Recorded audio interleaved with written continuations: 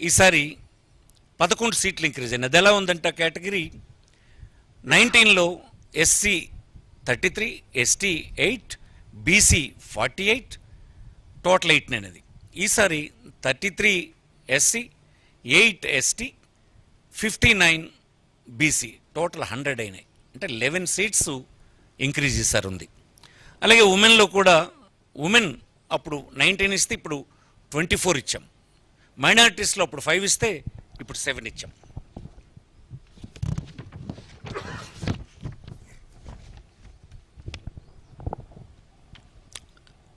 కంటే ఈసారి women representation పెరిగింది, బీసీస్ రిప్రజెంటేషన్ బాగా పెరిగింది. ఇది ఒక రాజకీయ పార్టీకి బలహీన వర్గాలకు అధికారం ఇవ్వడం అనేటువంటి ఒక ప్రక్రియలో ఇంతకంటే రుజువు ఇంకొకటి ఏమీ లేదని నేను మనవి చేస్తున్నాను.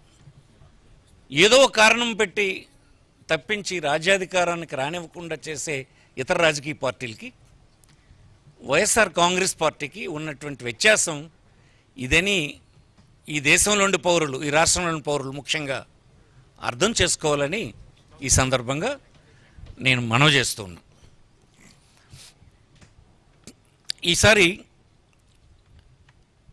పార్టీ కేడర్లో ఉన్నటువంటి వారికి 14 మందికి ఈసారి పార్టీ కేడర్లో ఉండాలంటే జెడ్పీటీసీలు, ఎంపీపీలు, ఎంపీటీసీలు, మున్సిపల్ అలాంటి పని చేసినటువంటి వారు, పార్టీ యాక్టివిటీలో పనిచేస్తున్నటువంటి వారిని 14 మందిని ఐడెంటిఫై చేసి ఇవ్వటం జరిగింది.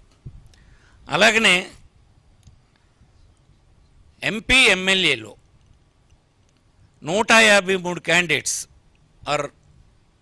అందులో 131 ఎమ్మెల్యేలు, 22 మంది ఎంపీలు గ్రాడ్యుయేట్స్, అందులో 58 మంది పోస్ట్ గ్రాడ్యుయేట్స్, 6 డాక్టరేట్స్ ఉన్నారు. ఇందులో 17 doctors, 15 lawyers, 34 engineers, 5 teachers, 2 civil servants, 1 defence personnel, 1 journalist. ఈ సమాజంలో ఉండేటువంటి అన్ని వర్గాలే కాకుండా అన్ని విషయాల మీద అవగాహన కలిగినటువంటి వ్యక్తులతో కూడినటువంటి టీం ఈసారి ఎన్నికల బరిలో ఉంది ఈ పార్టీ నుంచి.